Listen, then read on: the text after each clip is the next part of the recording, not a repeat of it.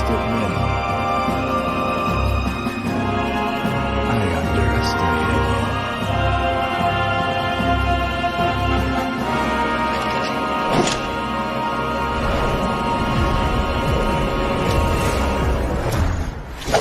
you. To get aggressive, they will put handcuffs on you. Getting your attention. I did this. I was tapping your arm with my arm. You went like that. I had told you on more than one occasion that I wasn't putting the volume down.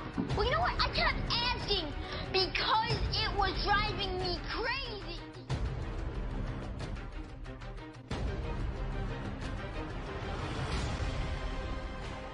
When the teacher says something, she's the boss of you and you Shut up!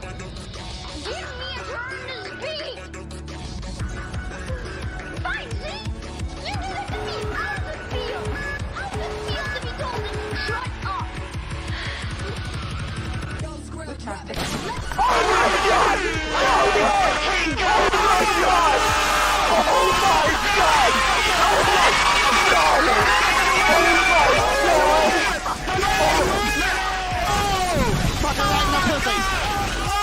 Are you recording, Crickshaw? Get your ass whooped!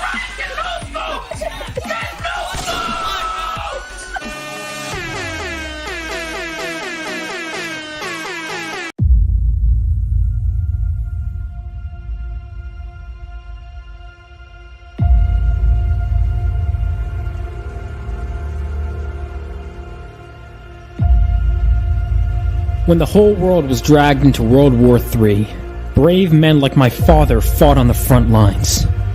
And they weren't alone. That was 20 years ago. Now it's up to us to carry on their legacy.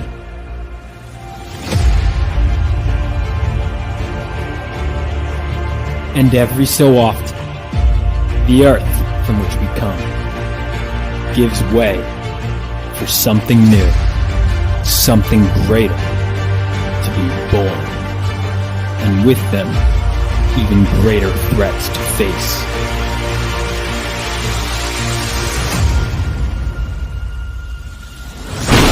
Bring it on!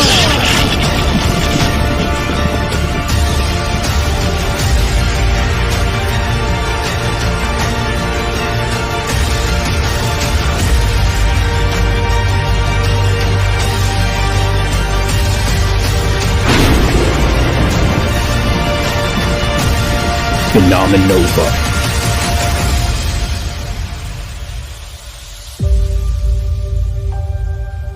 For you, Dad. For you.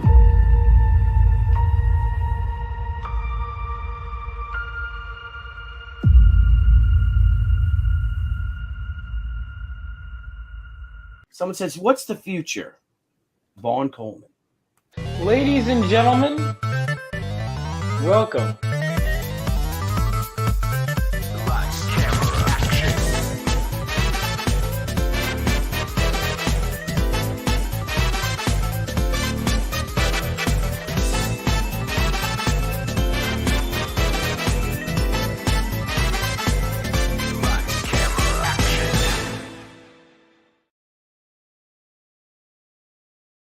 Well, I messed that up. What's going on, ladies and gentlemen? Welcome back to my channel, I guess, because it's not really a regular show. I'm just recapping Terrificon, which was incredible, guys. It was a great weekend. Had tons of fun. I was debating. I was really tired this morning. I was like, maybe I won't do the stream. And then by the end of the day, I'm like, maybe I was. And I decided a bit too late. And I was like, you know, if people show up, they show up. But this is going to be a pretty casual stream. I just wanted to talk about, I had a great weekend. And I felt like touching base with you fine people. You know, it was a lot of fun. Made some new friends, caught up with some old ones, got closer with some people. All around, wonderful, wonderful weekend. So I, of course, went up with my buddy Joey. How dare you stream? Oh, right, the Diaz brothers are streaming. Oh, shit. Didn't they have a convention too? Oh, man. Listen, you know, I'm just saying it's the convention's fault for the clash, okay? Because we both had conventions this weekend. And it's their fault for us being at the same time. Okay? It's not my fault. It's their fault. That's all I'm gonna say. I don't, and I don't blame the. I'm sure the Diaz brothers are just wrought with guilt, knowing that they're streaming over Von Coleman. I'm sure they're heartbroken.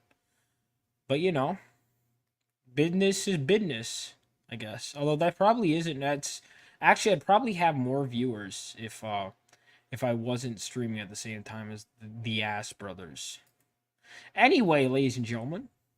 So I went up with my good buddy Joey to Terrificon. Now, Terrificon is my favorite comic book convention. My favorite, my number one. Here's the thing. It was the first con that I met Paul Thayer, my buddy Trevor, Graham Nolan, who wasn't there this year, Billy Tucci, I met there. I think I probably met Paul, Billy, Graham, like the same day. Jimmy Palmiotti, Amanda Connor. I met all of them like the same day, I think. Justin Gray, how could I forget Justin Gray, the first guest I had on, the first professional to read my script, which was god awful in that phase. So God bless him, really. God bless the guy. But not all of them were. We got to get Jimmy there next year. Jimmy and Amanda have to go to Terrificon. Anyway, that's them. So Chris Claremont was there, which was awesome. It's always great seeing Chris Claremont, or as Kayla says, Chris Claremont. Kayla was, of course, there. Kayla is awesome. I plan on tabling there next year. My book is almost done. Let me give you an update on that real quick. Phenomenova issue 1, ladies and gentlemen. I am now prepping it for the printer. I just sent all the pages to my editor. He's going to take a look and see if there's any final spelling errors. Speaking of which, my letterer was also at Terrificon this weekend. We got to hang out. Me and George, which is great. It's always great talking to George. George he saves my ass. I think right now, as I'm doing the stream, he is currently putting the captions on issue 2.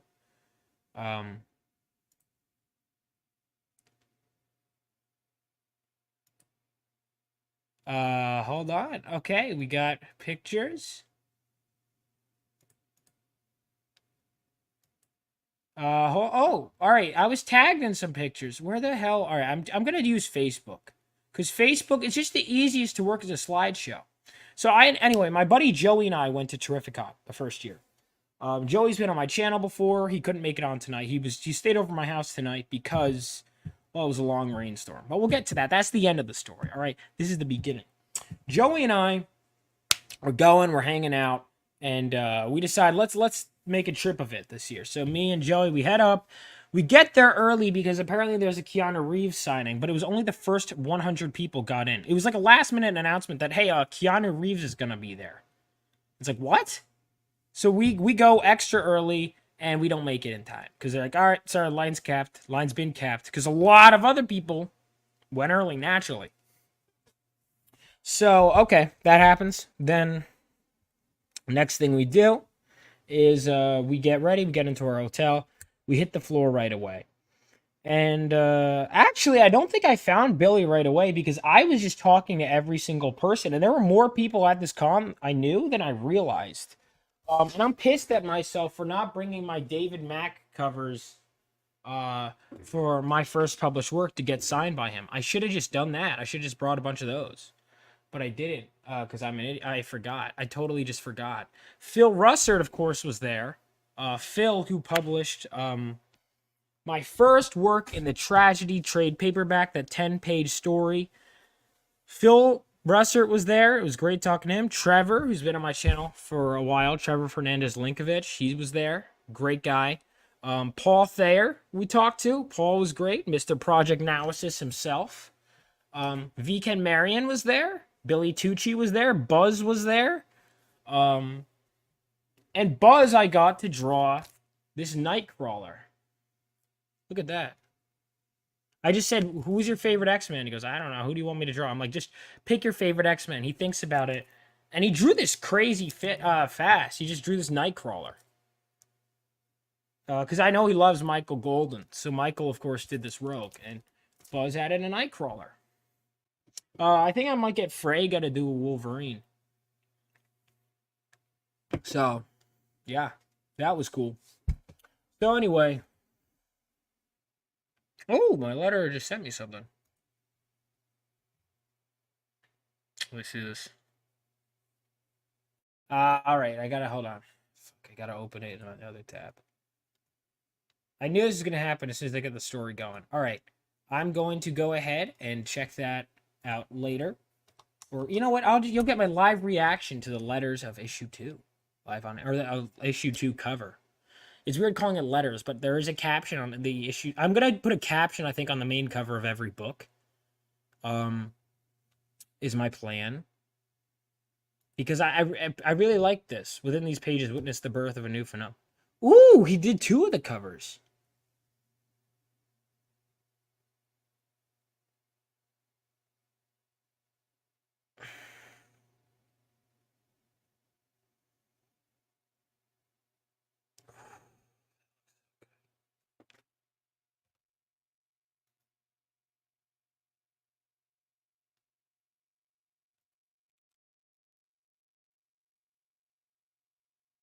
Sorry. I know this is boring content, but wow. It's so surreal. Like, issue 1 is finishing up, and here we got issue 2. Oh, man.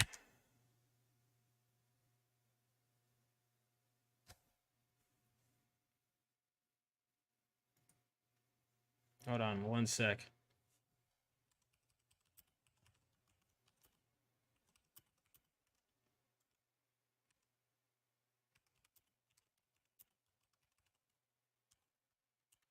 Dude.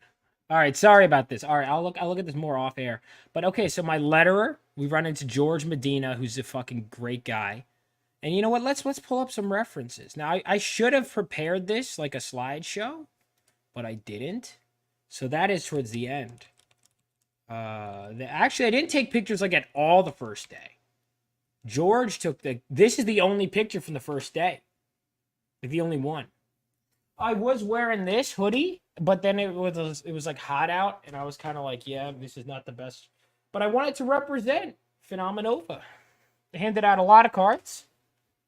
We'll see if they result in backers. If not, who cares? I'm getting the word out. But yeah, George is the man. There's all of us dinner Saturday. All right, so what's the chronological? So then, all right, my cloud costume. Now, first of all, a lot of people were jump scared and look by this image on, on Twitter because they were like, "What the fuck is he wearing?" Because look, I wear my cloud costume all the time. I took this picture with Carl Potts. I forgot I was even wearing the costume at this point because I'm so engrossed in the conversation. And holy God, first of all, does my hair look horrendous in this image? Like, Jesus, God. Terrible. Carl Potts, like, I've seen this shit a million times. This doesn't faze me. All right, so Carl Potts I talked to for a while. I actually talked to him about, I was like, yeah, I'm good friends with Mike Barron. And he was like, oh, yeah, Mike's work was great. He was always very, professional. I asked him, I was like, because Mike told me that he was brought on for Punisher. I was like, what inspired you to bring Mike on? Was it his Nexus work? He goes, no, actually, it was The Badger. His work on The Badger made me think he was a good fit for the Punisher. So he brought, maybe there were some details I missed, but he brought Mike on. And he was like, yeah, Mike's writing was very terse, is how he described it, which is funny because that's a term Mike uses a lot. He said that he noticed that like his Punisher doesn't really have a lot of thought bubbles. So because of that, he wanted to explore the Punisher's psychology, and that was where War Journal came about. And what's interesting is Carl Potts said he's not typically the kind of guy that would gravitate toward the Punisher as a character. But he did. That was the second day. I totally skipped the first day. All right, I'm sorry. This is a disaster. This is very much me in a nutshell. What's going on, Alma? So basically what happened, right, was that the first night, so I see Chris Claremont's line, and I'm like, oh, shit. And I've got tons of stuff. I've got tons of trades, but I'm like, you know what? I want to get Mr. Sinister's first appearance signed, because I couldn't find it at Heroes Con. So I find it, and I paid for it. And then Kayla, of course, I showed it to her, and she immediately is like, yeah, you could have gotten better condition for this price. Like, come on. Totally just, I was feeling good about it, and, you're like, okay, Kayla, great. Incredible. But then she goes, oh, do you want this one? And she did actually buy this one for me. Mr. Sinister's first cover appearance. Which I wasn't even thinking of getting, but I do love this cover. And then, of course, I decided last minute, I'm like, I gotta get this one. And I did. I think either Chris Claremont or I ripped part of it. I'm gonna blame myself instead of Chris. But I did notice when I put it down, it was ripped. I think it was me. Ripped part of it. But it doesn't matter. It's signed. It looks gorgeous. And this cover, I've never seen it worth this much until the movie, because the movie has that scene. I think this is just going to skyrocket in value. And this cover now holds an extra level of meaning to me because that video, that TikTok went viral and got me like, I think it has 36,000 views.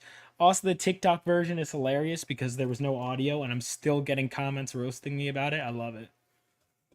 I love it.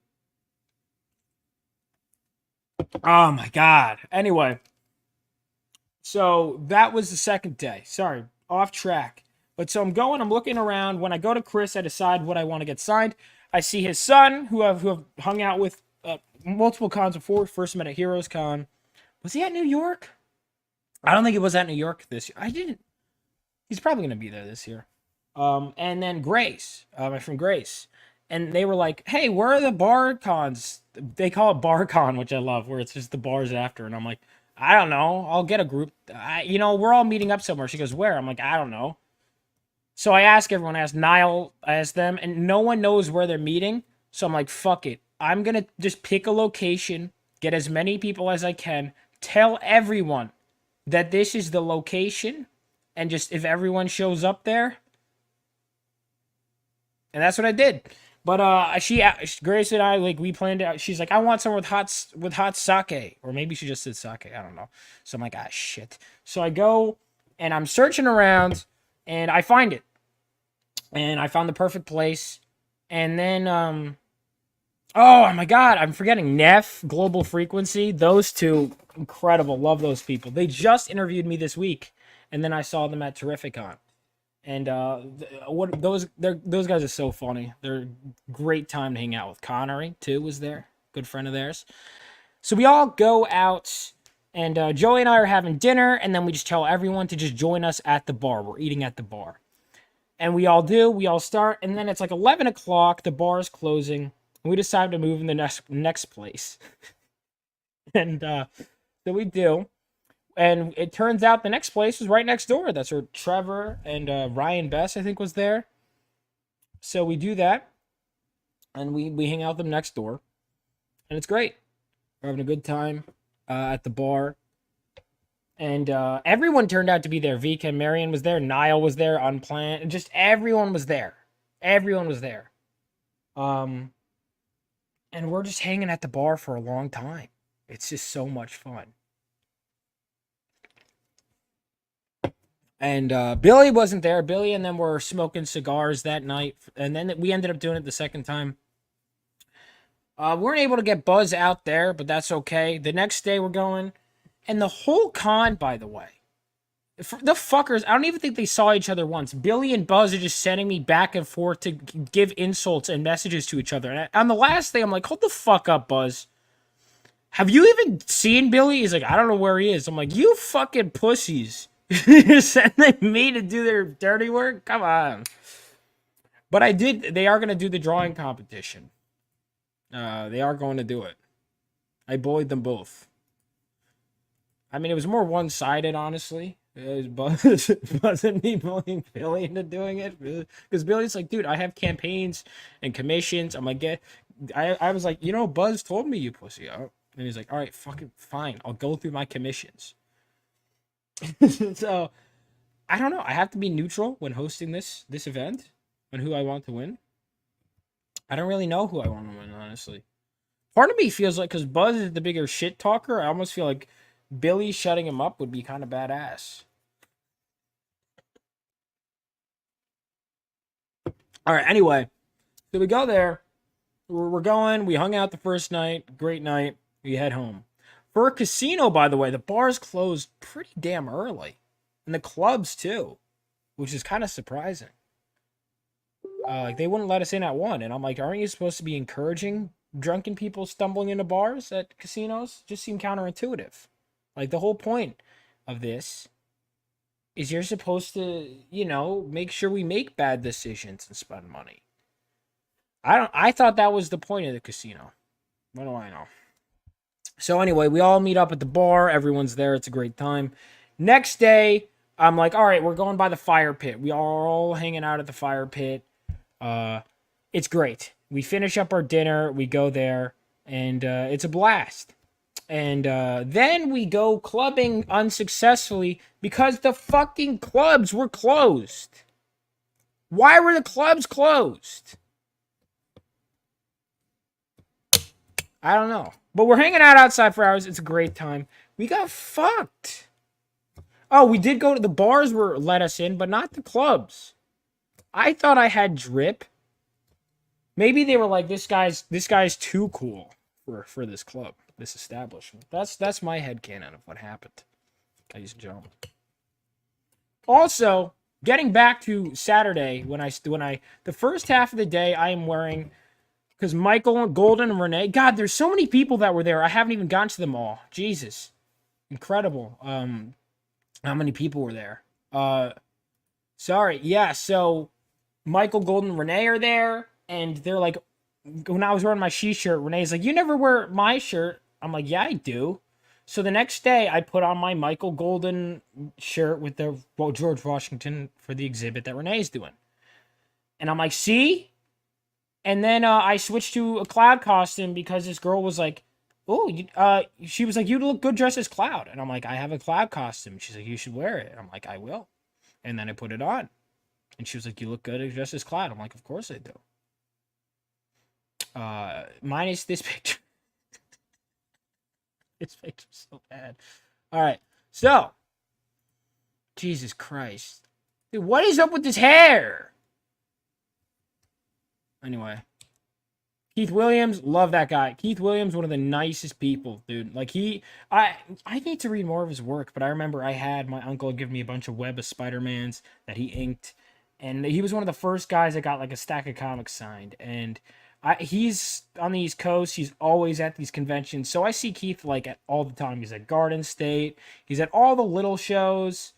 Keith's always around doing the conventions, and he's can't say enough good things about him. Great guy. Love Keith Williams. All right, I guess I got to be on. Then, oh, wait, that's the last day. All right, I'm going to judge it based on what I'm wearing. Depending. All right, Cloud. So, Colby Smulders kind of like, I don't want to say she's a family friend because I haven't met her, but she's like related to a family friend. Or, it's close enough, right? So, I was like, told my mom, like, Kobe Smulders is going to be there. She texts someone who texts someone, and Kobe's looking out. And then we met her. Obviously, she's Maria Hill in the Avengers movie. She's in How I Met Your Mother. So nice. Like, Kobe Smulders, total sweetheart. Nicest. She's just so nice. And we talked to her for a while. We got a picture. It was great. Kobe's dope. Williams is so polite. He's doing a PA show on Manhunt. I told him, I'm like, I would love to have... he agreed to come on the show. I will have Keith on at some point. I need to read some of his work, I feel like.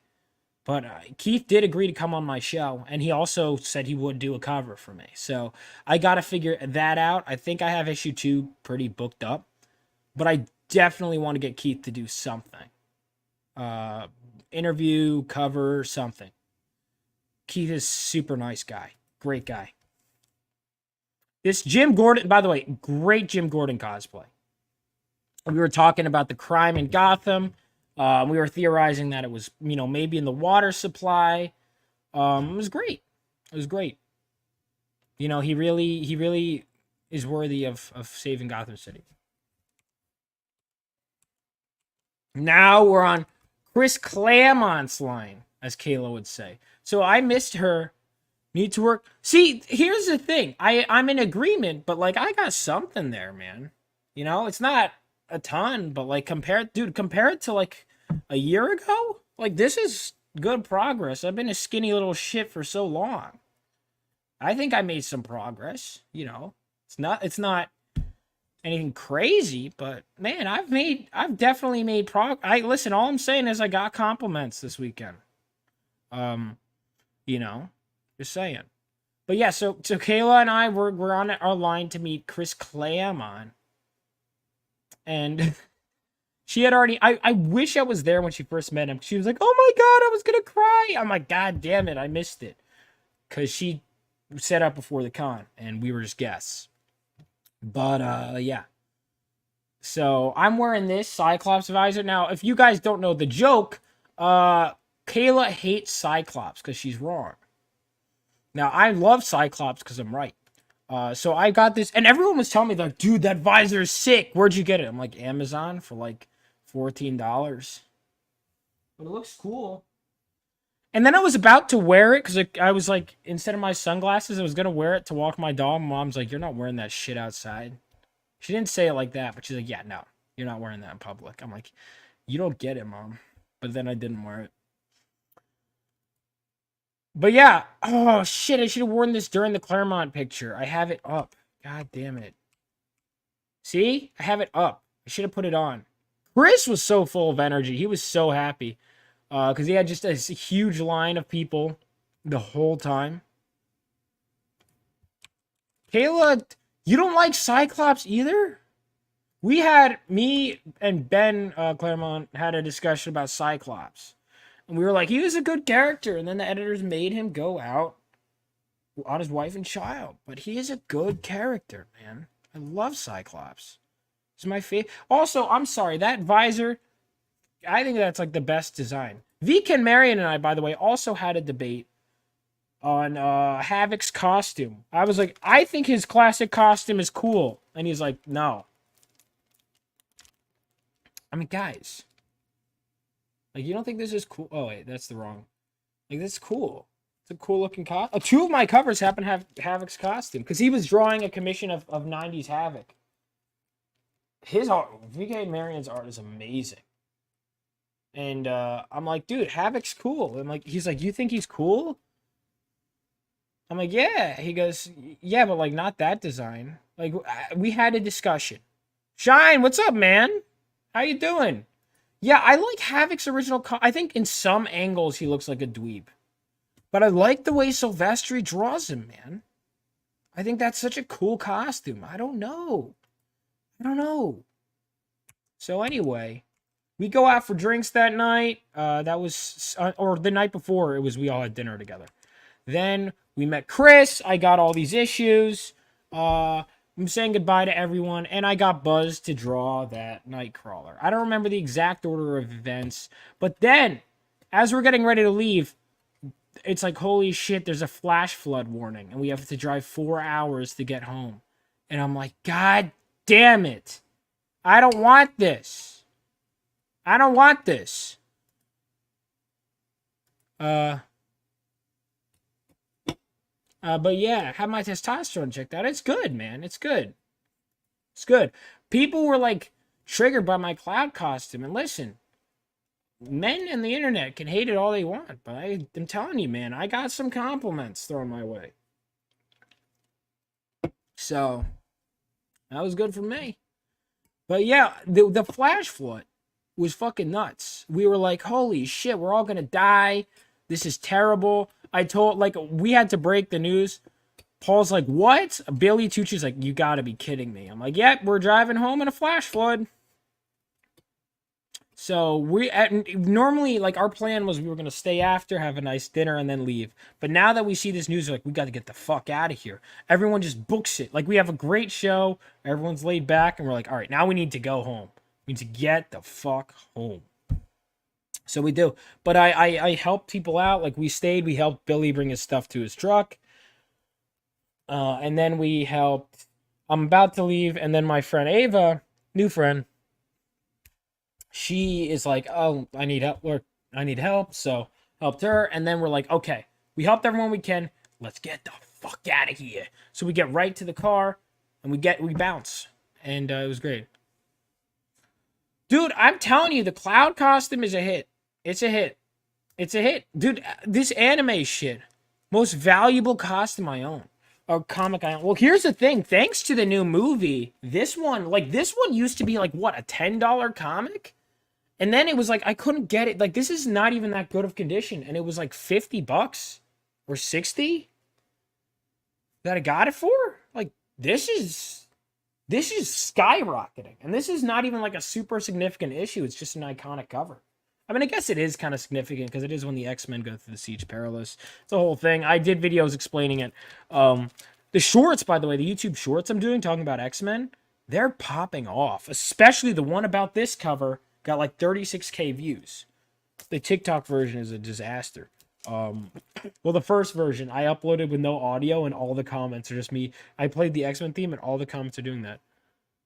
Dude, I know. I've had that happen. I hate that shit. I've passed this comic in my shop so many times. Here's the thing, you might still be able to get at that price, but probably not. Because that was like a hidden thing that wasn't like no one. So I'm sure that like immediately skyrocketed in price. But yeah. Yeah, this one just blew up. This one, of course. So this is the first cover appearance of Mr. Sinister. And it's also the introduction, the start of Inferno. Right? So it's the first cover appearance of Mr. Sinister. Is it the first cover appearance of the Goblin Queen too? I think so. Because she appears like earlier. And then this is the first actual appearance of Mr. Sinister. So, whole lot of Mr. Sinister, which is great. Got them all signed by, because I have like, but my prized possession probably is my first New Mutants graphic novel. I paid $200. It's in like great condition. I didn't get it graded. Maybe I should have. I got it signed by like the whole creative team. I got it signed by Chris, Bob McLeod, who was there. Bob McLeod, great guy. Obviously, I have an interview with him, and then I got to hang out with him. Talked to him a bit this weekend. Got some little sketchbooks from him. His artwork is just so I love Bob's art. Very underrated artist. Probably in my top 10. But anyway, I got my New Mutants graphic novel signed by Chris, Jim Shooter, Louise Simonson, Bob McLeod. Blade went up 2. It's the first fight of Blade versus Wolverine. The cover is... All right, confession time. And I know I am totally in the wrong here. I've never seen Blade. And every time I say that, people are like, Vaughn, what the fuck is wrong with you? Especially because it's a horror action movie and it's a Marvel movie. It's everything I could want. And I just keep being a lazy shithead and not watching it. And it's entirely my fault. But hang on, Blade, issue 5.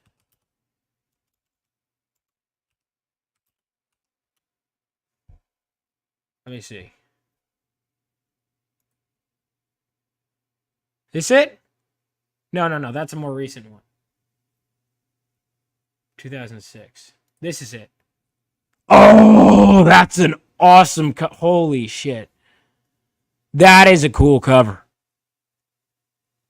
Dude, I love those like minimalist covers. Don't get me wrong. I understand like the group shots and everything. But that is a cool way to do a cover. Hulk 340 must have gone up like crazy in value too. And then I saw, because you know what, in Chris's line, I saw a lot more people than usual were carrying this one.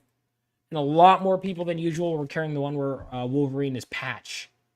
Yeah, this one probably this one was always worth something because this cover is so iconic. But this one I imagine probably shot up in value too. Love this.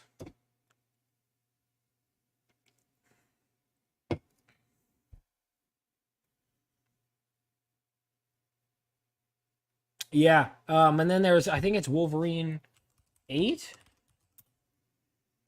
Is the one with Patch on the cover? Yeah.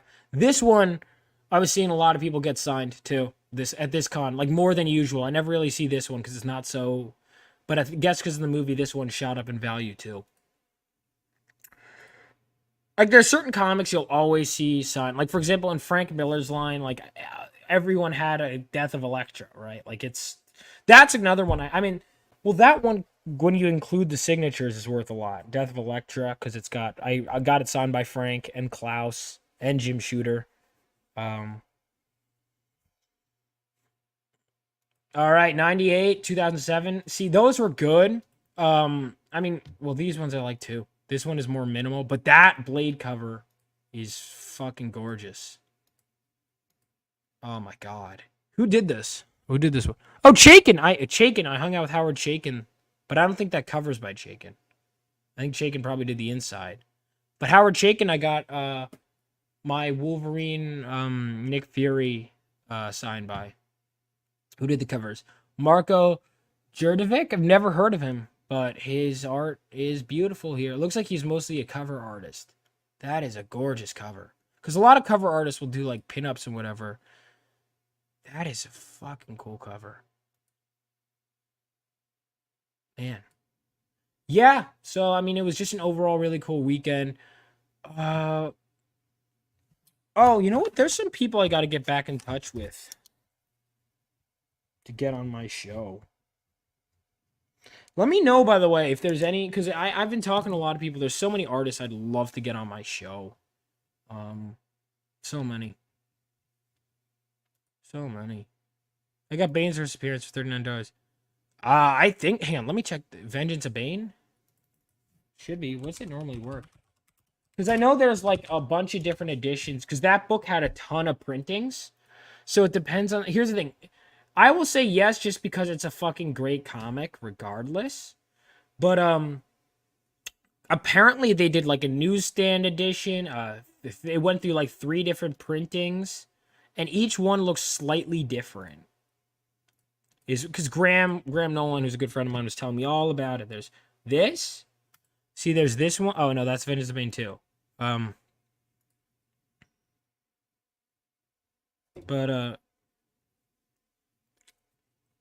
I've met Glenn Fabry too. He's great. There you go.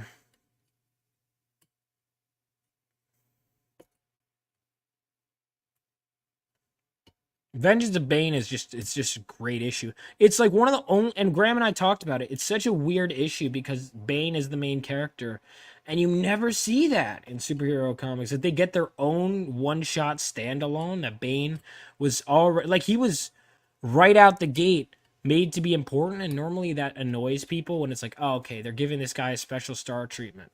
Oh, then that's a great fucking deal. I would imagine. I mean, here's the thing. I haven't seen the copy.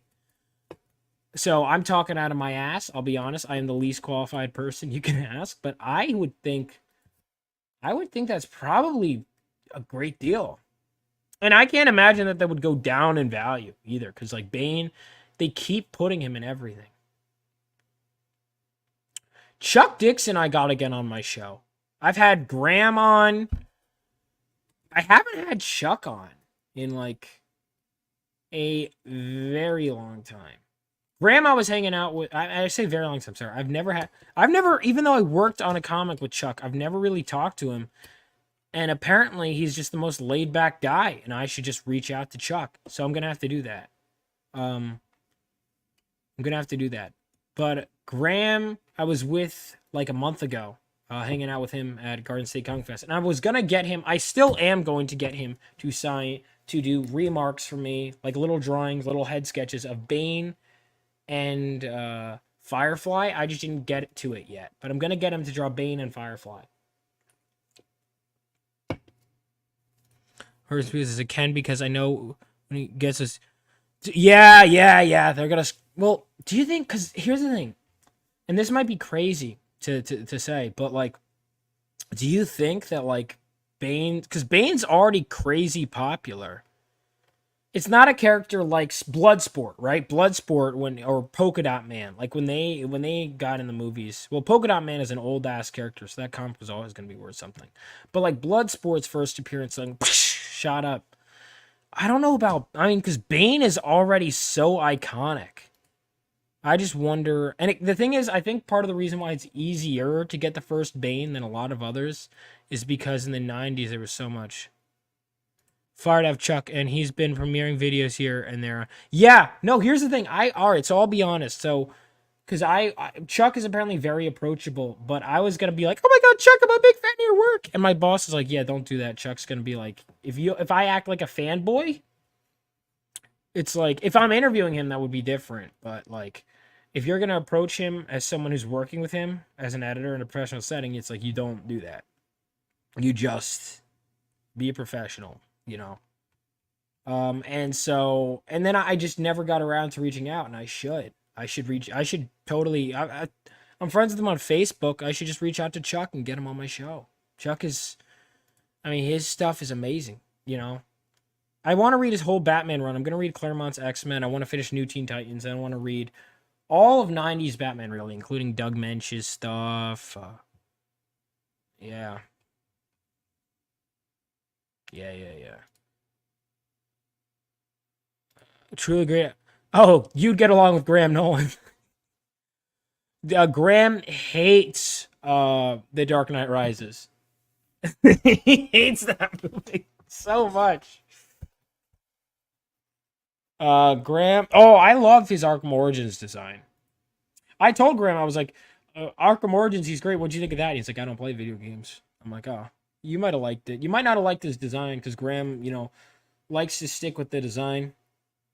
But yeah, I think that I agree with you. I don't like him in the Arkham games except for Arkham Origins. I think he's great in Arkham Origins because he's actually smart and not a dumb meathead in that game. Most games, he's just stupid as hell. He's stupid as hell. And I don't like that because it's like that's not who Bane is. People get Bane wrong all of the time. And it drives me crazy. But yeah, I'm in agreement. His best adaptation. Although, well, I will say the animated series is great. The animated series did a good job. But he's only in like, what, 2, 3 episodes? I think he had 2. I think only 2. Over the Edge and Bane. I think that's the only 2 episodes. He's in an episode of Superman, the animated series. But I think that's it. He's like, because the thing is, to be fair to them, at the time, he was a brand new villain when that show came out. So the fact that he was in it at all was pretty cool. They did. Yeah, Bane is awesome. I love Two-Face. I love Penguin. I love Riddler. Bane, especially knowing, you know, the creators, Bane shoots up in value. But, you know, yeah, I'm going to get Grant to draw Firefly and Bane at some point. I was going to get him to a Garden State Comic Fest, and then I kept socializing and not spending them. But yeah, Bane is because Bane is like the ultimate Batman villain. He was literally made to beat Batman. Like, how do you top that, dude? Crazy. Love him. Yeah, I haven't read Batman in like years because I've been just reading so much indie and so much and working on my own comic, which it's almost done, by the way. Well, actually, I shouldn't say almost. It is done. Now we just have to get it printed. So it should be printed very soon. What's up, Brian? How you doing? Yeah, Tim Drake is my favorite Robin. I'm a huge fan of Tim Drake. I actually got to talk to who did I talk to this weekend? I was at Vika and Marion's table, and we were talking to, and the guy who voiced Nightwing in Arkham Knight came up, and they were like, I was like, who's your favorite Robin? He's like, bro, of course it's Dick Grayson, and I'm like, see, I love Tim Drake. He's like, I hate Tim Drake, and I was like, what? But then we're like, okay, can we agree that Jason sucks as Robin? Well, I don't think he sucks as Robin, but I just said it like jokingly. He's like, no. Here's the thing. Jason is not that bad of a character. People did him dirty, but I don't think he's that bad of a character. But yeah, Tim Drake is my favorite Robin.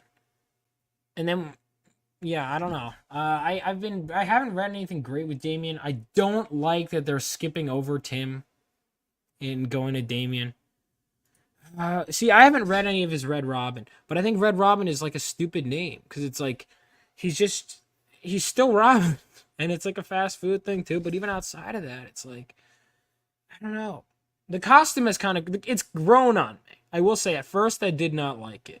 It's grown on me, but even then it feels like he's just another Robin, and it's like either he's the Robin because he was the Robin until Damian Wayne.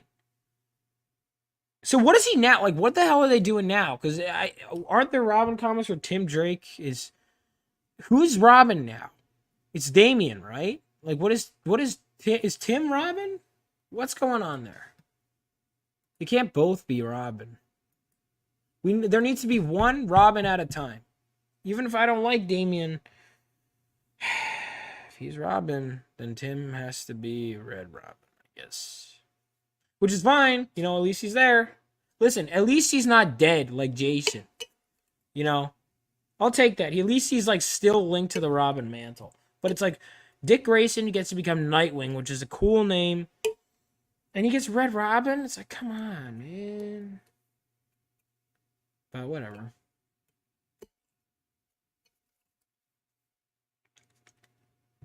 But yeah, I mean, great weekend. Both Tim and Damien are Robin. See, that's what I mean. All right, so they're both Come on, pick a lane. Even if you choose the wrong lane. It's like Tim. They don't know what the hell. Aren't they doing the same thing with Wally West, where they have? All right, Zdarsky. Yeah, Zdarsky. I know you said his Daredevil run is good. I've been meaning to check that out. I have not yet. But I know Devil's Reign. You spoke very highly of. He wrote for him writing. Batman, whatever is great. But yeah. I really have liked it. I really have liked everything I've read with Tim. I need to read Chuck's run. Because here's the thing. All right, so let me find it. Oh, Pat Broderick, super nice guy, who created. I didn't realize. I've never read. I thought I had read his first appearance, but I actually haven't. His first appearance. I didn't realize Batman Year 3. I actually haven't read that issue. Where the hell did I? All right, I remember. I brought it. I was gonna meet Jim Starlin, and then I did not because I didn't actually spend that much time getting signatures. I got a few, but I was mostly just socializing with friends this weekend. It was really fun. It was really fun. Yeah. Loved it. It's been an overall really fun weekend, honestly. Dude, Jim Lee. All right, he was there this weekend. But I didn't get to him because I was socializing. It's money for a signature. I met Jim though. I got a Justice League, or not a Justice League, DC Trinity poster. I had brought my Batman Hush, but I didn't get it signed.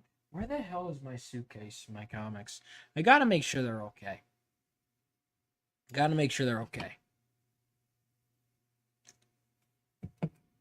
Jim Lee was super. He was cool when I met him. He was cool. Didn't get to talk to him much because he had such a big line. I waited obviously for a while to get to Jim Lee. I'm getting to his X-Men now. Like my last issue was by him. So let's see who does 270. I think Jim Lee. But yeah, I'm reading his X-Men run. And I talked to Carl Potts, who of course worked with Jim. He charges a lot, and I feel like he's gonna charge even more. What did I pay? Like, I think he charges pretty penny. I think he charged like 60 or something, but there was like a triple deal. He charges a lot.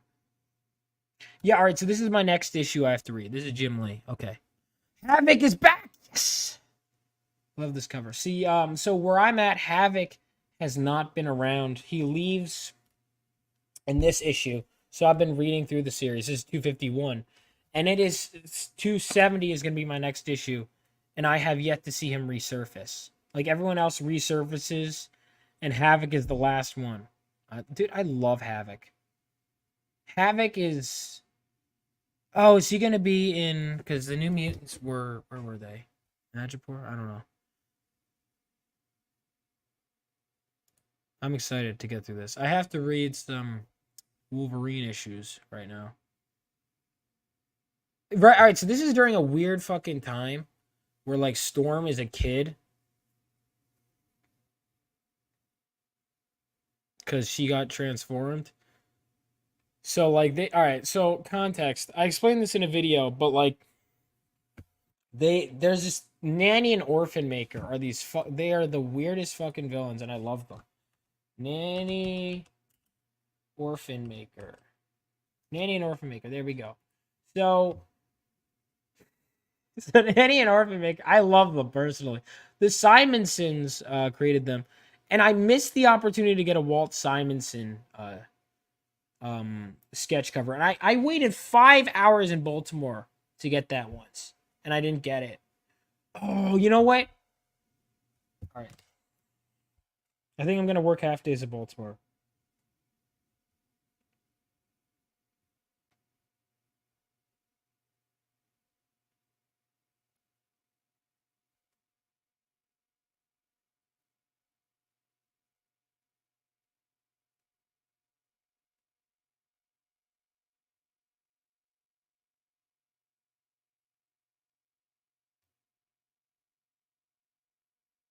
Yeah.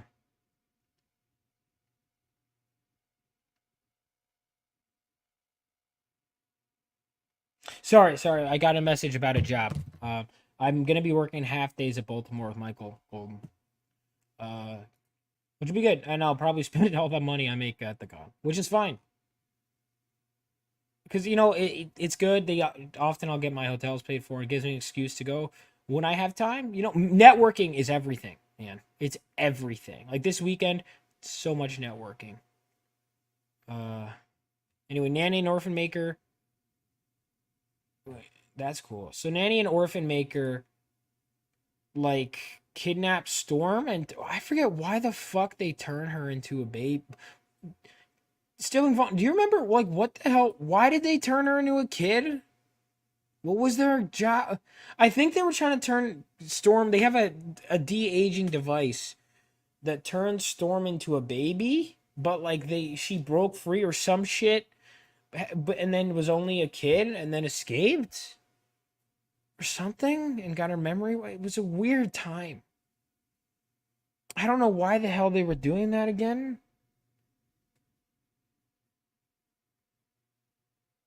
Orphan Maker is such a cool name. It's messed up, dude. Walt Simonson's character designs are so great. There's the one I think it's X Factor for 35. Walt has such like a simple but effective designs. There we go. Love this cover. There's a lot going on when you look at it. All the baby heads. Oh, I totally forgot about the baby heads. The gun is detailed. Yeah, I like it. Love it. Love it a lot. What's Golden charge for signatures? Last I checked, what's Golden charge? I think he charges 20. Yeah, 20 is that's last I was working for him. He was charging 20 for 6.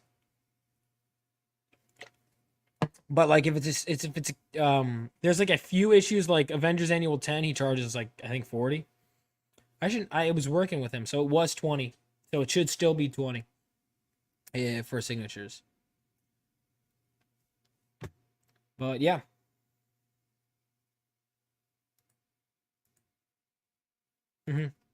Yeah, $20. And then it's like 40 for Avengers Annual, which I still have not bought. I've wanted to get Avengers Annual 10 for a long time, but I haven't gotten to it yet. I want to.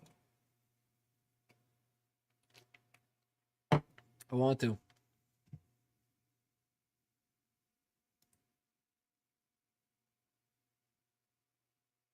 Avengers Annual 10 is that's another one I got because I know Michael and I see him sign it a bunch. Like I've had so many people bring it to the table. I'm like, yeah. So many people have brought it to me. It's great. But yeah, I think because it's Milgram did the cover. It's Milgram. Then who? Hang on, who did Michael ink his own work in that issue? Let me see. Like Michael, at this point, I know that issue so well. Michael will tell me like everything about it because we spent so much time at the booth, and I still don't own the issue. Armando Gill. Oh, Michael colored it? I didn't know that. Huh. What has Armando Gill done? Anything I know besides this? I've never. Huh. I don't know Armando.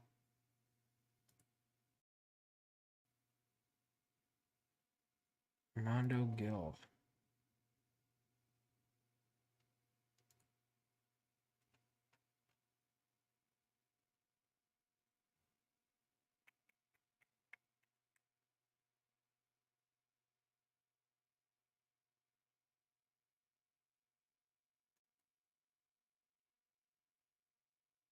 Hmm.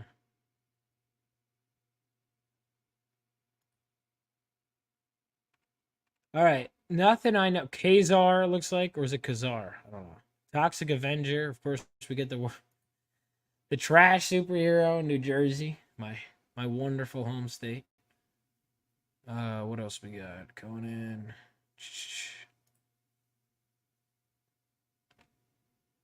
All right, so nothing I really know. Nothing I really know. All right, I was just curious who inked that. I should get it side.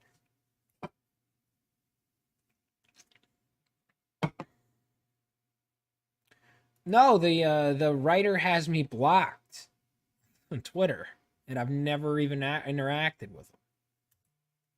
So this is Summer Ale, Sam Adams Summer Ale. But no,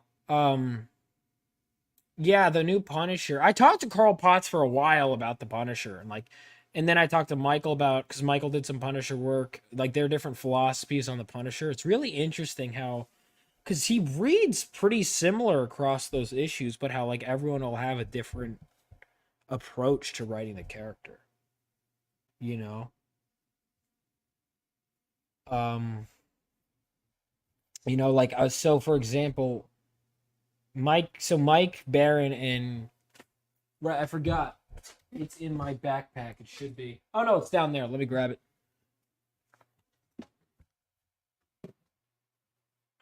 Here's the stuff. Most of the stuff I got signed this weekend. Oh, there we go. On Cloud Sketchbooks. I got to get him to do a commission at some point. If I were to get him to draw any new mutant, because it should be one of the ones he created. Even though I love the way he draws Cannonball, and we had a long conversation about how like no one draws Cannonball with like the distinct facial features he had anymore. They draw him like any other character, and he's supposed to have those like those ears that are like that. But yeah, the big ears. I don't know why the fuck I said that. But they don't. I don't know. Certain, like I remember reading some current New Mutants, and it's like he kind of just looks like anyone else. I didn't really like his new costume either. But Frank Miller's, or let's see, not Frank Miller's. Did Frank ever write Punisher? He wrote him in Daredevil, which that was great. Klaus, I remember I was talking to Klaus, and I was asking him his favorite parts in the Frank Miller Daredevil run. He was like talking about them. He was like, probably the one who just got signed, which was of course 181. But he goes, I also think we did one of the best Punisher stories, which that 2-issue storyline is great. Oh my god, I love it. I've been getting so many people basically to sign this though. I give Carl Potts and Ralph Macchio or Macchio, I don't know.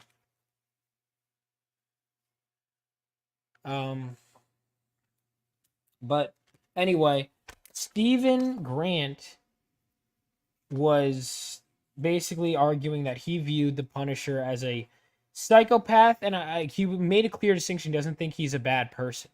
He thinks he's a psychopath in the clinical definition, and that he's very calculated and dead set on a goal and doesn't really feel for people, is how he wrote the Punisher. Whereas Mike Barron, obviously viewed him more as like a classic anti-hero, in the American sense. He did a great answer for me in my first interview with him. Love the way he talked about the Punisher. Great. So Mike views him in a much more noble light, I think, than Stephen Grant does. But the Punisher still reads consistent. I haven't seen any of the Punisher movies. Any of them. I wish Thomas Jane was in the new one, though. Or the new Deadpool and Wolverine. Apparently he was supposed to be, but there was a scheduling conflict. That's what I heard.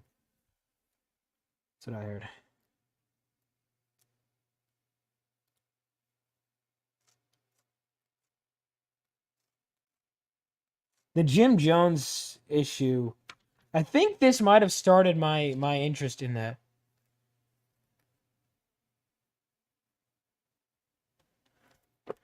All right, see, I haven't read it, but from what I understand, I don't know, it seemed like a straight up I think there's a balance, but like the one part I've seen where the wife comes in and tells him she never loved him, I'm like, get the fuck out of here. I don't know. I don't see it. Listen, and listen, to each your own, right? I personally don't see that as good because they even went into the series saying they were going to change the Punisher. And I was like, why would you change the Punisher? I think the Punisher, what I like about him, I think people need to lean, like, okay, he's always going to be a controversial character. Even within the Marvel Universe, he's controversial. Like, lean into that. It's okay. The Punisher is a guy with a moral code, though. Like, he really is. Like, I think Carl Potts and I were talking, and he was saying that he thinks a lot of writers make him into a psychopath and just killing people out of nowhere. He said that he'd get ideas as an editor for stories. People would say, all right, I'll have to check it out. I will have to check it out. Because I just think that's like an insult to the Punisher. I will be fair in saying I haven't read that. But I didn't like the idea of that. And it also, I don't know why I never interacted with the new guy. I didn't even know who he was, and I just checked and I was blocked by him on Twitter. Nude writer. I don't whatever. But yeah, I mean, I think the Punisher he's not supposed to be a clean character, clean cut either way. Like, people are like, oh, he's a good guy, he's a bad guy, and it's like, I mean, he's done good and bad things. But I think people, like Carl Potts was saying this to me, he goes, a lot of people would pitch stories where he'd be like going crazy and killing jaywalkers and stuff. And it's like, that's not the Punisher. The Punisher is a guy who has a strict code, but he's also messed up in the head. And I'm trying to remember exactly what he said. He said the Punisher is a very simple character.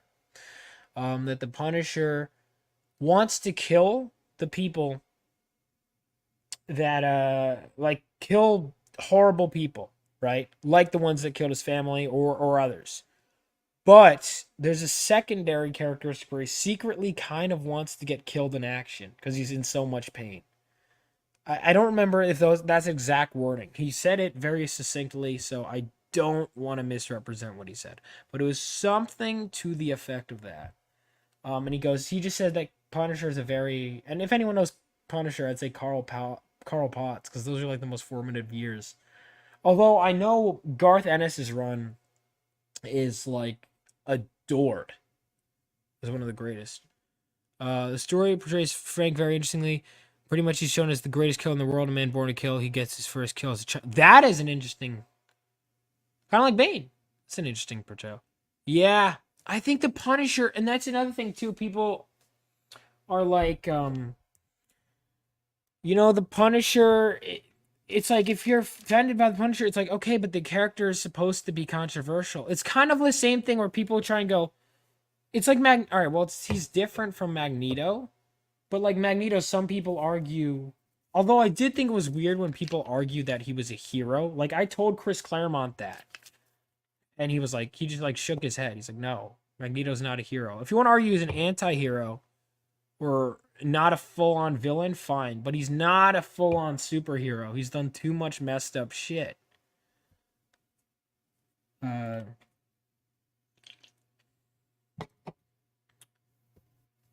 Is the new Watchmen movie I heard was amazing. First of all, you got to turn off your caps lock, my guy. Watchmen, is the movie out yet?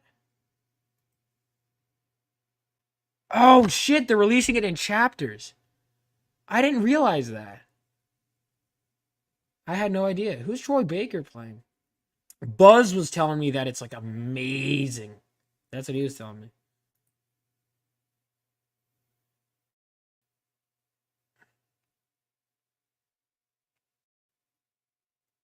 All right, hold on. First of all, I gotta say this. They should be making the chapters like the comic. Unless, of course, they're covering more ground. Okay, they cover more ground. Never mind then. Okay. So they get to Captain Metropolis. How long Is it gonna be, because if it's gonna be covering the comic, I imagine they need more than 2 hours. That would have to be like a 3-hour long movie. Alan Moore obviously will hate this, I'm sure. It's only 2 parts? So it's gonna be what, 2.5 hours long? They're gonna have to cut shit. Or 3 hours, I guess, because an hour and... Unless, how long is the second part gonna be? Where can you watch it? I'm interested. I'm interested in checking it out. Is it on HBO Max? Where the hell is it? You have to buy... Oh, you have to buy it? God fucking damn it. Alright, I'm gonna have to ask Buzz how he watched it. If he bought it, I guess I'll buy it. If people are interested.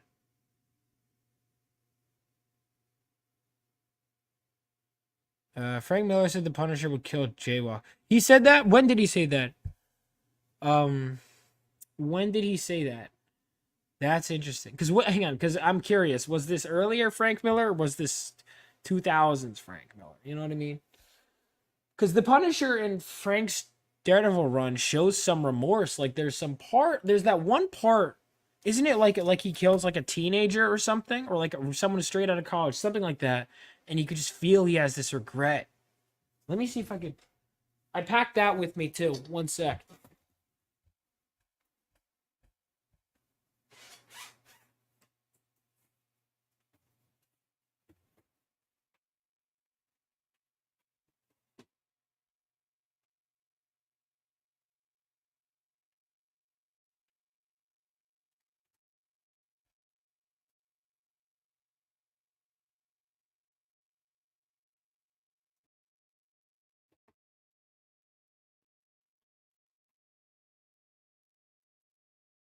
All right.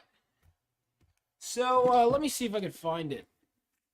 I think it was right after Elektra died. So it was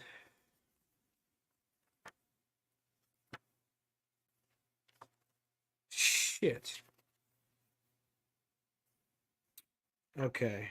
Oh no, you know what it was? I remember because they built up the Punisher. It was before Child's Play. Right? Wasn't it? I think it was 180. Yes.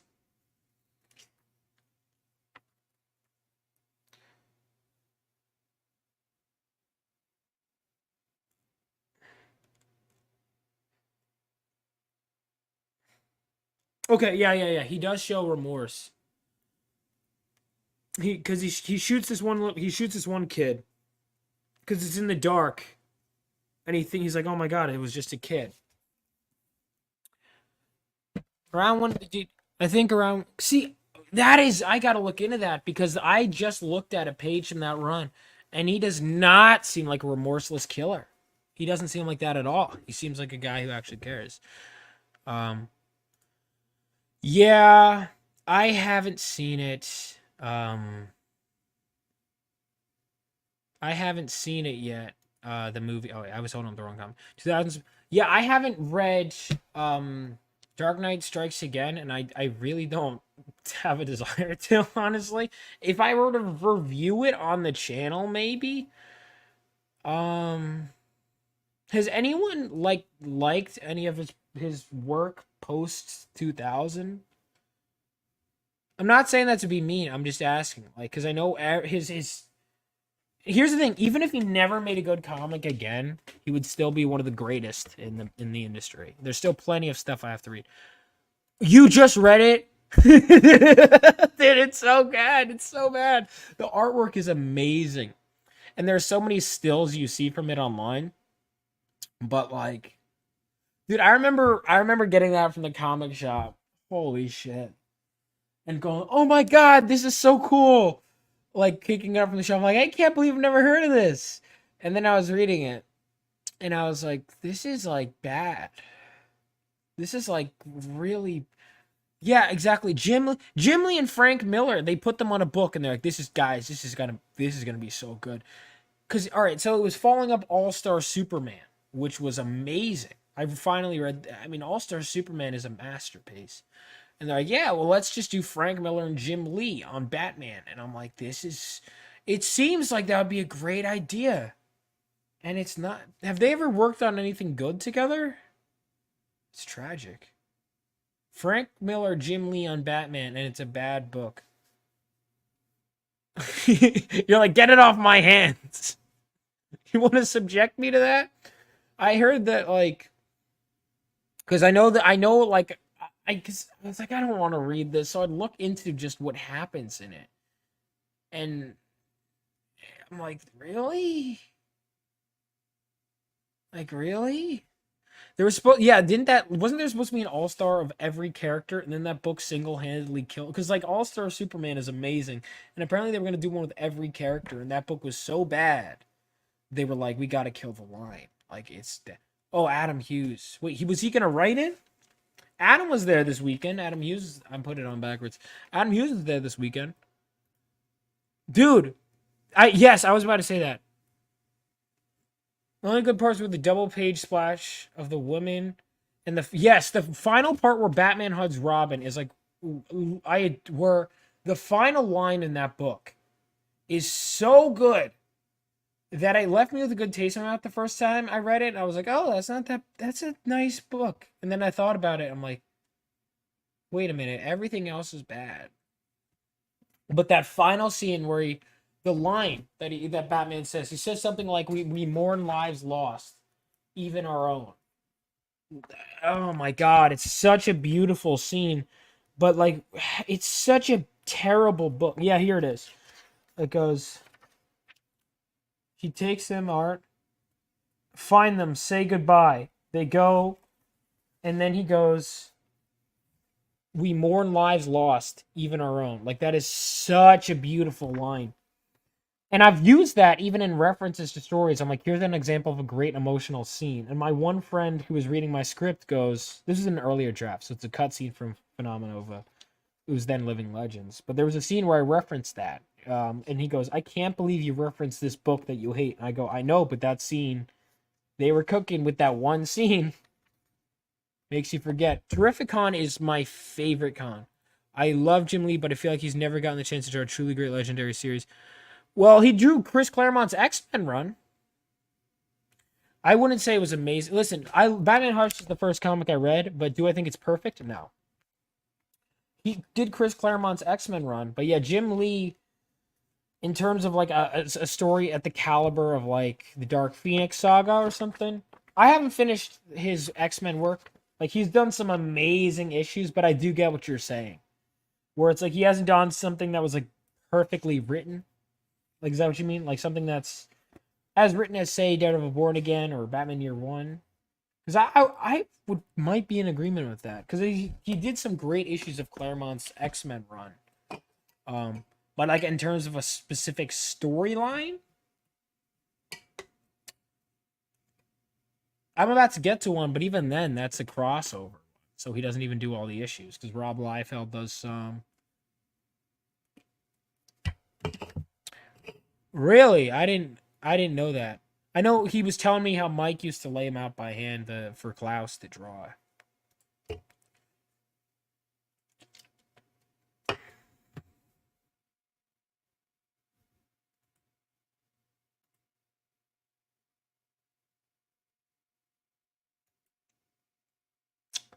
Oh man, dude, yeah, I gotta read more. Kingdom Come, also Superman, Dead of Born Again. Yeah, no, I get what you're saying. You're saying like because he is one of the best, but it's like him to do a story. I don't know if it's gonna happen because he's like the president of DC now, and he can just draw covers and pin up art, and promotional art all day. I don't know if we'll see that. I feel like maybe I'm not saying we'll never see Jim Lee interiors again, but no, I don't know. See, like, look at how beautiful this cover is, man. Fuck. The art is so good. And it's like, and you know, what's funny is I did pull this out as a visual reference when I was writing something. Because I was like, how did it's actually the scene with Vicky Vale in the apartment. Because specifically, it was literally just for grammatical reasons where it's like, she's trouble. The kind of trouble girl, wait, hang on, what is the line? She's trouble, the kind of trouble you want. And I was like, did they use periods between that? Because I knew it was 2 captions. I was like, well, she's trouble, the kind of trouble you want is not a complete sentence. How did they do the grammar? And so I would do that. I was literally looking it up just for grammatical reasons. And I was like, that was the first example that popped in my head. And I was like, really? That's the best?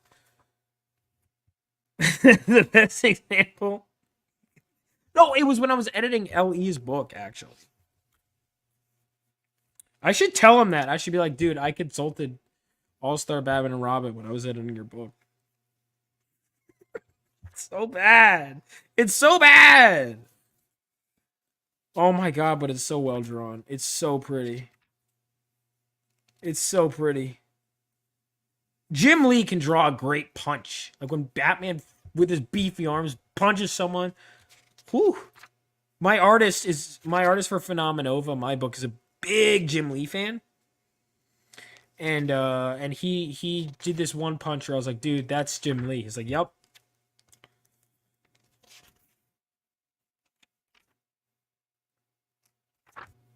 I don't think I should have been reading this at the age I was reading this also. I gotta be honest with you. Like, I was reading this in middle school. There's shit in here that I probably should not have been reading. Oh my god. It's so well drawn, though. It's so well drawn. Black Canary. That was my first... Actually, the first introduction to Black Canary was a Lego Batman series that someone made. And then I was like, I wonder what her origin story is. And then I read this book, and I was like, oh, that's her origin. This is for, like, a period of time. I thought that was Black Canary's actual origin story, where she was hit on at a bar. And then she... Because, you know, the Black Canary was the name of bar in the Arkham game. So I just assumed that was her actual origin story. Why was it dead on arrival? I'm just curious. What makes you say that? You been into the new Marvel? I've heard it's great. I've heard the Spider-Man stuff. They allowed Spider-Man to be happy. I'm not sure. Because I definitely want to have you on sometime. Because this turned into just a comic book discussion stream. I definitely want to have you on at some point. We gotta schedule a stream at some point to just talk comics, but I think I might just keep it. Initially, I was going to. And then I was going to just make it a quick recap stream. I don't know what the hell I'm doing now. Because we are not talking about Terrificon at all. We haven't been for like 40 minutes.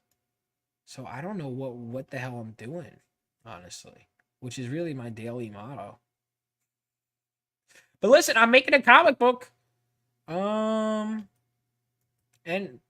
Oh, shit. I forgot I was supposed to get back to... Oh, fuck. I got some email. Actually... Dude, yeah, and message me anytime. Don't be afraid to reach out first. I should get you on for an interview at some time, too. Like, just talk. Yeah, dude, that was really fun when we would do those hangouts. I got to do more hangout streams. People have told me I've just been grinding, man. I've been working.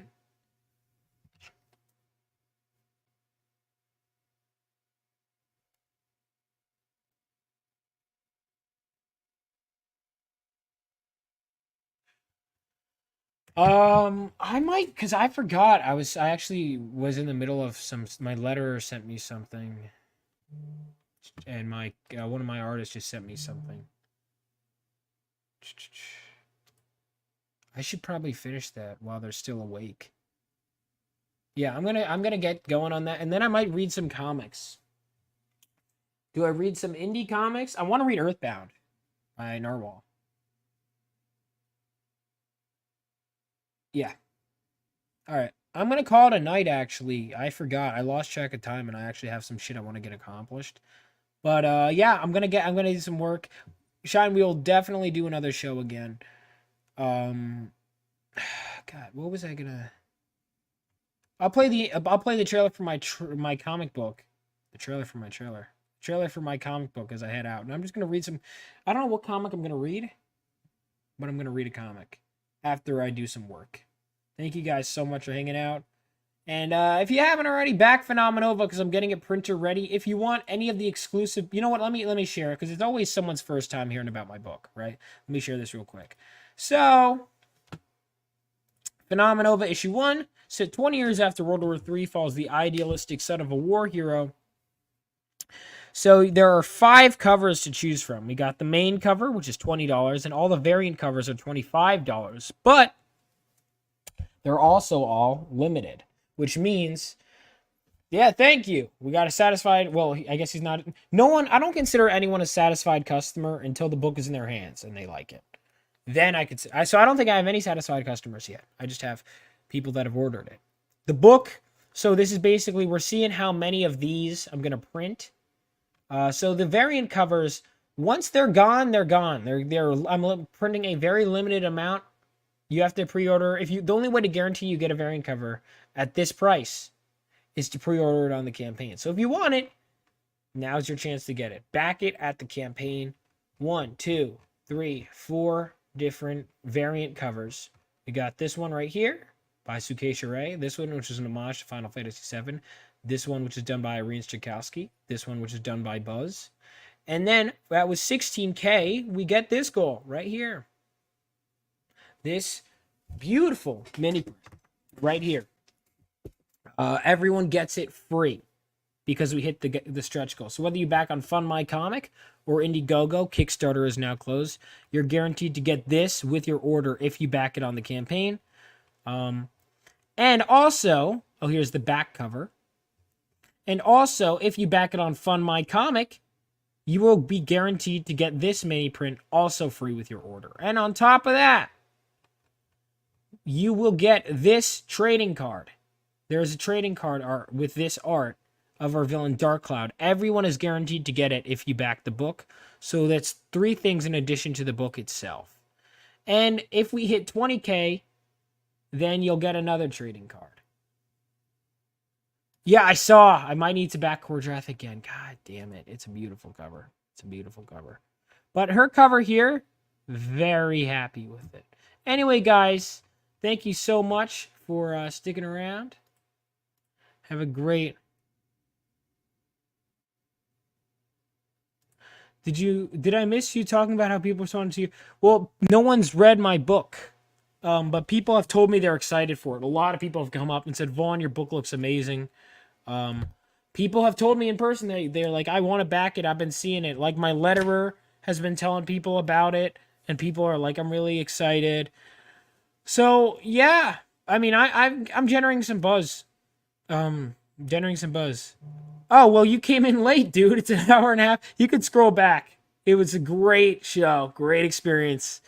We talked about it way early on, and then I just kept talking about comics. So, I'm going to play the trailer for Phenomenova as I head out. I'm going to put the Indiegogo link in the chat again, if you haven't already. And the Fund My Comics should be good. Give me the 5-minute highlight. God damn it. All right. So, basically, I hung out with Chris Claremont's son a lot, and some other people. I hung out with him. I hung out with Viken Marion. I hung out with Kayla. I hung out with my buddy Joey. I hung out with my buddy Trevor. We had kind of like a group that we just kind of formed. It was like people all over the con. Just pick them. Of course, I hung out with Billy and Niall. Great guys. Buzz, I hung out with a lot too. Those guys are busting each other's balls and sending me back and forth. I don't even think they talk to each other. But Buzz, I talked to Bob McLeod. I got to meet up with again. Carl Potts, Ralph Macchio. So Ralph Macchio, the comic book guy. You know, although the other one does cons too. Great show all around. I'm probably forgetting some stuff, but it was Walt Simonson I got to talk to. Niall I doubt he's avoiding you. Niall's good people. Good people. But thank you guys so much for watching. Have a great rest of your night. I got to get back to work on my comic. I totally forgot, and I want to make sure I get to them before they go to bed. And talk about how excited they were. Yes! Yes. I got some cool stuff, son. My favorites would, of course, be 3 Claremont issues. I got some. I spent more time socializing, so I didn't get a lot of stuff sent. So I got this one, and this one. All signed. So, great. First Mr. Sinister, first cover Mr. Sinister, and of course, this one, which is just like skyrocketed in value. I'm pissed that it got a little. I'm pissed that it got a little ripped at the top. I think it was after Chris signed it. Like as I was walking away, I was like, no. But yeah, always a great time. Always a great time. Yeah. See you guys. Have a great rest of your day. Peace out.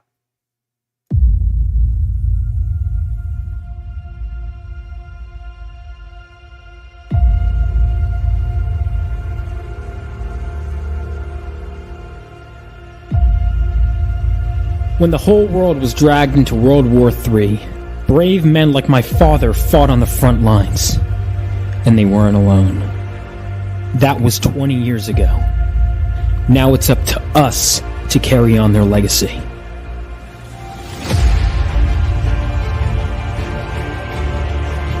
And every so often, the earth from which we come gives way for something new, something greater to be born. And with them, even greater threats to face.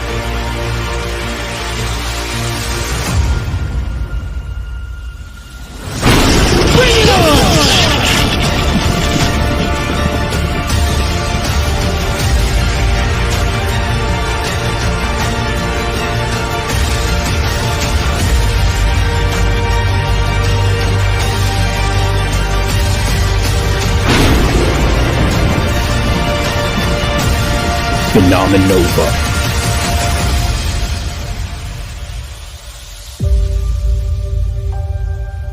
For you, Dad. For you.